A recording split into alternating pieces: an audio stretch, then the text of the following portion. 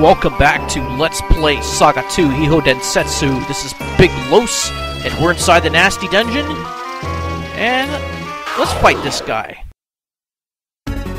Okay, here's an enemy we haven't fought before, the Fire Moth. And we get a preemptive attack because we surprise them coming up from behind. So let's use the shield for Robo because that'll give us immunities to everything that they can spit at us, including flame and poison. Seems to be their main attacks. And then we'll just let them have it with regular weapons and magic. Let's use a beam rifle. We'll keep using Chrono's bastard sword until it gets used up. Nope, we are immune to poison.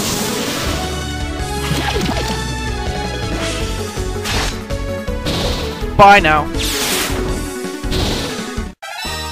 And that was pretty easy, and we got a hit point increase for Chrono. And now we don't want the meat from the Fire Moth. Alright, so now we ended last episode by getting a treasure chest there. So now we're gonna go along this path and go to the next lower level. We're being on the first level. Now we are in B2F. I'm guessing that means the second level down. Alright, let's try to avoid most of these monsters. Try to get some of these treasure chests. We are still looking for a good weapon for Shala so she can stop using her piercing ray. Oh, agility source. Let's give that to Shala. Improve her agility somewhat. 3 points. Better than 3 battles.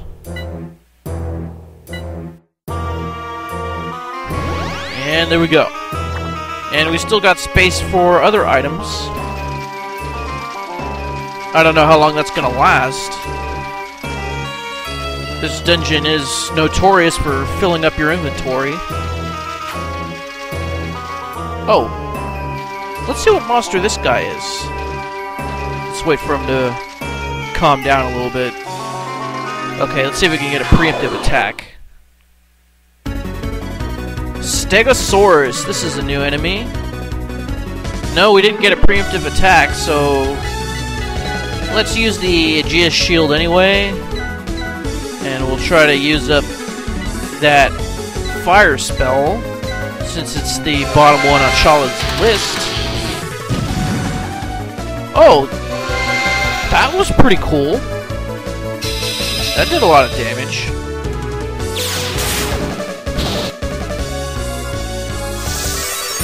And this should take care of most of them. Yep. They are weak against that. No, we don't want to change into anything else right now. Okay, so we got another treasure chest to the northeast, so let's go get it. Okay, here's another new enemy, the Hammerhead. So we're going to use up this flying knee kick and get it down to just a few uses, and then those uses will be very powerful. See, right now it does 400 damage. That's pretty good. But it is just on a single enemy, and these being fish, they are weak against thunder, so that's why thunder took out most of them. But why would they be immune to fire? Just because they're water creatures. I mean, when you get fish out of the water and you cook them, they seem to cook pretty fast, you know. It's not like they're immune to fire. Oh, well, maybe they're technically still in the water? I don't know. They seem to be just floating in the air.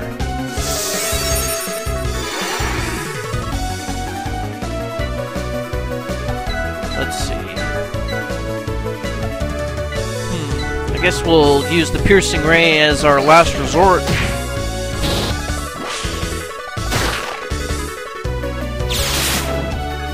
Yeah, that did it. Alright, so we got a strength boost for Chrono. If we can find a couple more strength sources, he'll be into the 90s. Then we can replace his giant armor with the dragon armor that we have. So we got a magic source. We're going to give that to Shala too to boost up her magic. Or spirit ability, I should say. And her spirit's up to 65. So that's pretty good right now. Not as high as Chrono's strength. Although he does have a lot of stat boosting items on him. Alright, let's get around this guy. Then we want to go this way and get this treasure chest. Cat's Claw, that's an agility item. Let's check it out. Okay, that's agility times 12. First, let's see if it'll boost up Robo at all by equipping him with it. Let's see. I think the weakest weapon that he has right now is the beam rifle. It's also the first to run out besides the martial art that he has. And no, it does drop Robo's agility by 4 points if he replaces the Cat's Claw with the beam rifle. Or vice versa. So let's give this to Shala, because she has an empty slot, and it is an agility weapon. So she'll be using this in the meantime, pretty much all the time, in an effort to boost up her agility. Alright, so we got one more treasure chest down here, and, okay, we got a cutthroat. I don't think we've seen them before. I could be wrong, but we'll show this battle anyway. Yeah, we'll just use the tank on that, use the Aegis shield, and then fire on the Ghast. And we'll blizzard that guy.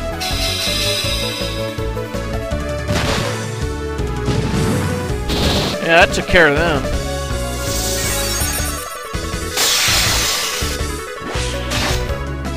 Alright, guarded.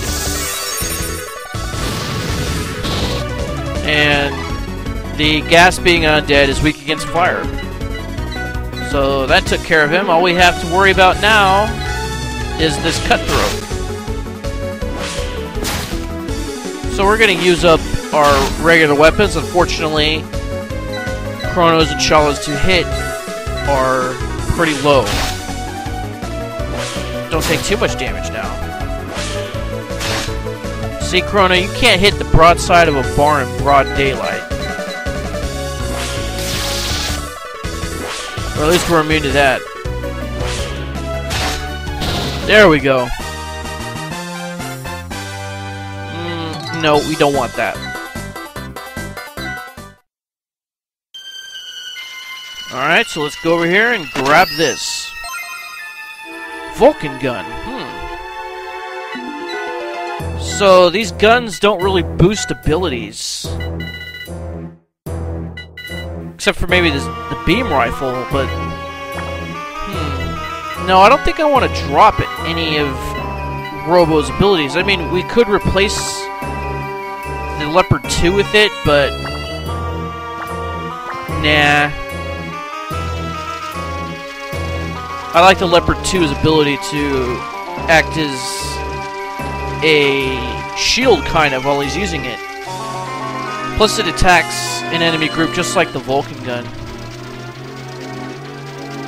But I think the Leopard 2 actually does more damage than the Vulcan gun. Alright, let's get into chain battle here, see if there's any enemies we haven't seen before. Okay, I don't think we've seen the Wraith before, but we've seen everything else. So we're going to use the tank on the Answerer. We're going to use the Aegis shield just in case. We're going to use fire on the Wraith because Wraith is undead, and then we're going to use this Whirling Tide for the first time. And we're going to see what it can do.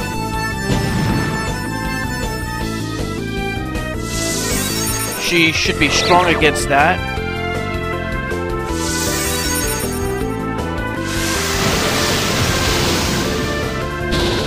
Okay, so that took out the Answerer group.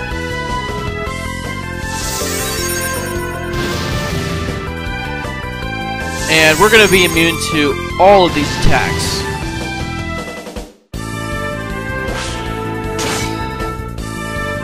And that's why I like the Leopard too, because if they try a melee attack on Robo, it's guarded.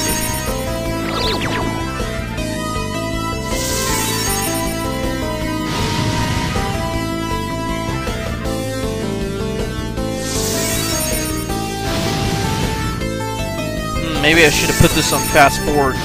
This is getting kind of ridiculous. Ah, there we go. You're dead. Alright. And now we can use Chrono's Bastard Sword. We kind of have a long way to go to use it up. Yep. And then we're going to use Cat's Claw to try to give SaGa an agility boost. Yeah, there we go.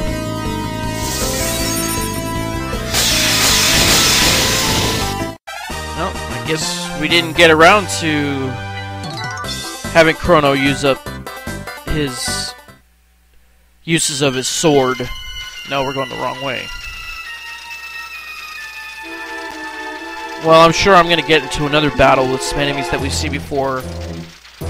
And when that happens, then I'm just going to let the battle draw out. Just using the sword over and over and over again to get it low on uses. Okay, we got another beam rifle. And another elixir. We seem to have a bunch of those things. So if we get any status elements like petrification or blindness, we could just use that. Although I think we still have some eye drops in our inventory.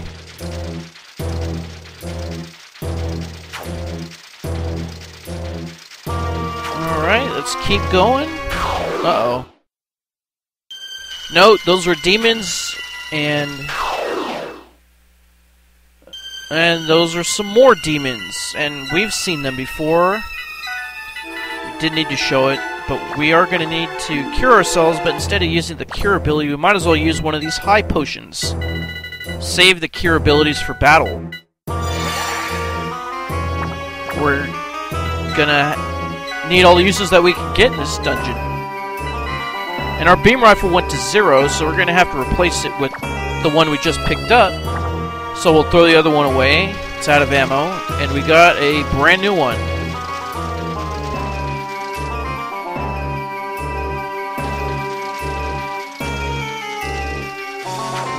And we're almost out of uses with our martial art. Okay, here's another new enemy, the Snow Leopard, and whose idea was it to make the Snow Leopard green? The same background, or the same color as the background. Snow Leopard should be white. I don't know, maybe it's the same people who thought giving anime girls green hair and blue hair was a good idea. Surprised I didn't kill that fish.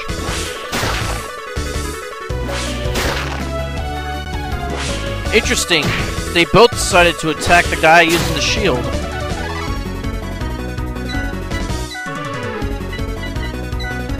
Alright. Yeah, we've been using that Cat's Claw a lot in the battles that we've been doing so far that I haven't shown. There we go.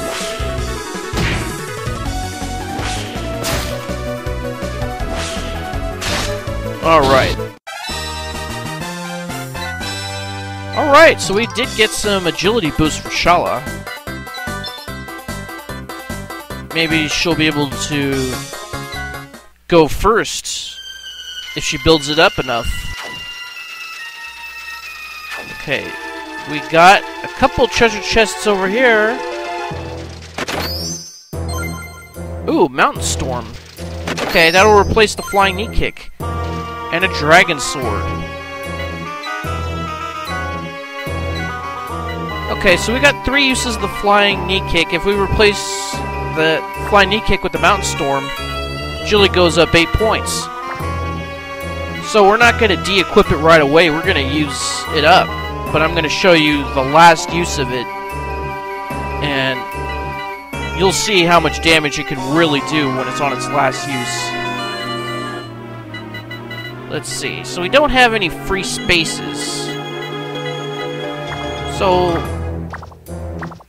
we're probably going to replace the slot with the Bastard Sword with maybe the Yoshiyuki. As soon as we're able to use up all of its uses, but that would be like 1 use for every round, so you'd need like at least like 10 or 15 rounds just to use it up. So of course I'm not going to show it, that'll just get way tedious. But there's a possibility that I can draw out some of these battles. And that was another demon.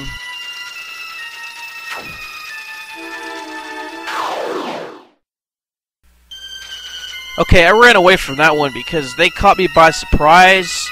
And if you don't use that Aegea shield, they do a lot of damage.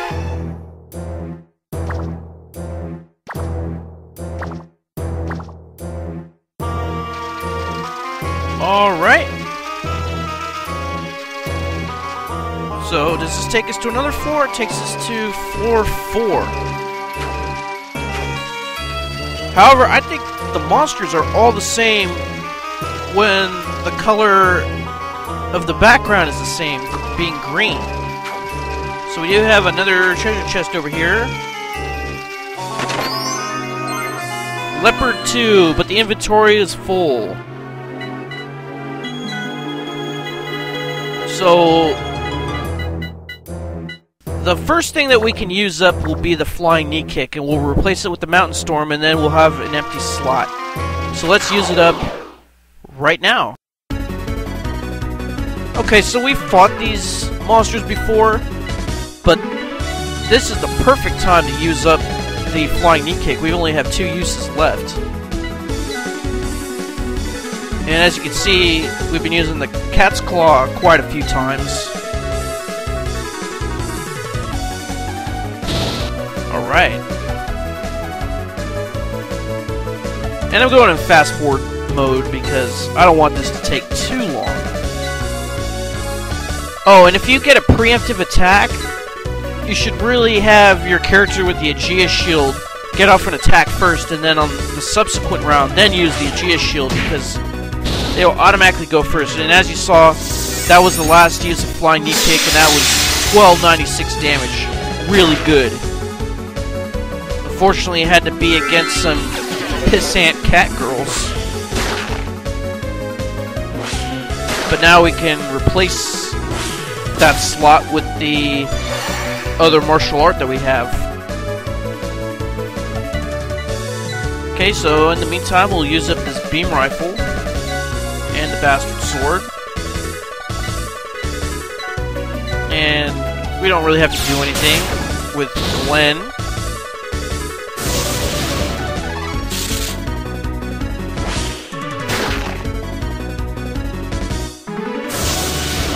Yeah, we're immune to all these attacks, especially Robo. There we go. Let's see. We might as well start using up the Leopard 2 because we're going to get a replacement for it. Bye-bye.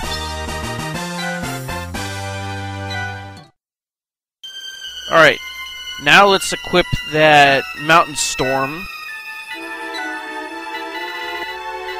in place of the flying knee kick. So that boosts up Robo's hit points by about 36 hit points, I'd say. Maybe something like that. I don't know, maybe it was 46. No, I think it was 36.